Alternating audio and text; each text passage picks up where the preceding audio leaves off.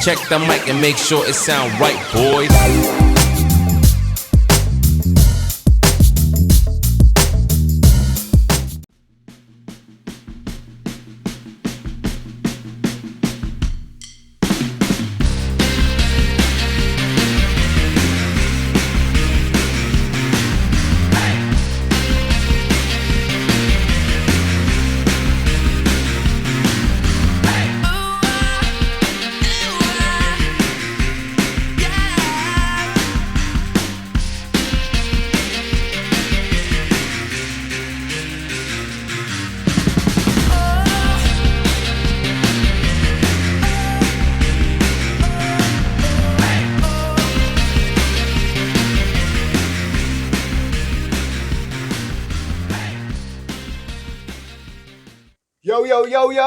Yo! This is Charlie Jose. You're watching again another episode of UpStreamCharlie. In today's episode, we'll be doing some extensive testing of the A5690. A5690, it's a half of a minibar similar to Mitsubishi BT02.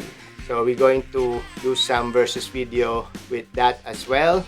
And there's another small speaker bar / triangle type that I'm gonna test too as well. I'm not yet gonna tell you because I'll show you another video of that coming soon. Okay, so without further ado, let's do some testing. Woohoo! Woohoo!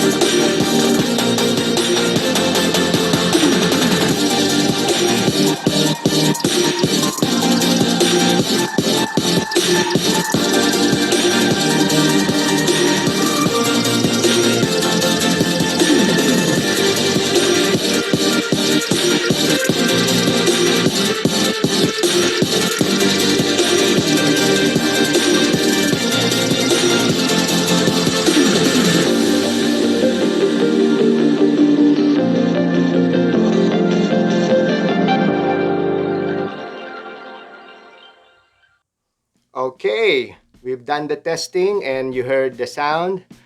Personally, here in the studio, I could hear them if it's really good or if it's really bad. So this one, okay siya. Masasabi ko mas maganda siya ng konti sa PT02 ng Mitsushi. Si Mitsushi more on the bass. This one, naalala ko tuloy yung XM19 pero mas maganda pa rin XM19 kumpara dito, but yung sound niya is well-rounded pa rin. The bass, very okay, and yung highs and lows niya, okay. It's a very well-rounded half of a mini soundbar, okay. Actually, I'll rate this as a buy, okay. This is a buy, ladies and gentlemen. This will cost you less than 600 pesos in Lazada. Punta lang kayo doon sa Ace Store sa Lazada. So, Lazada namin nabili to. So, speaking of buying, bumili po nanto at nag-sponsor again is si Tina Madaraso. Okay, she's my social media friend and she's active in one of those social media platforms. So, pinahiram niya sa akin to. Sabi ko, bilin mo naman to para sa akin, pero hiramin ko lang.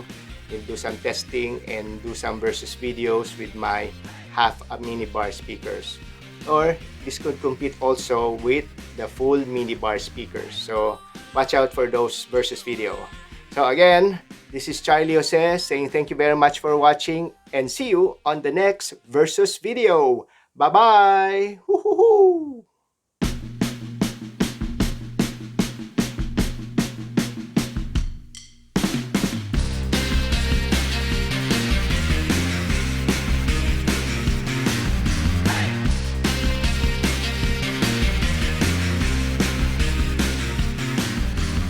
Bye-bye! Hola chica! Bye-bye! Adios!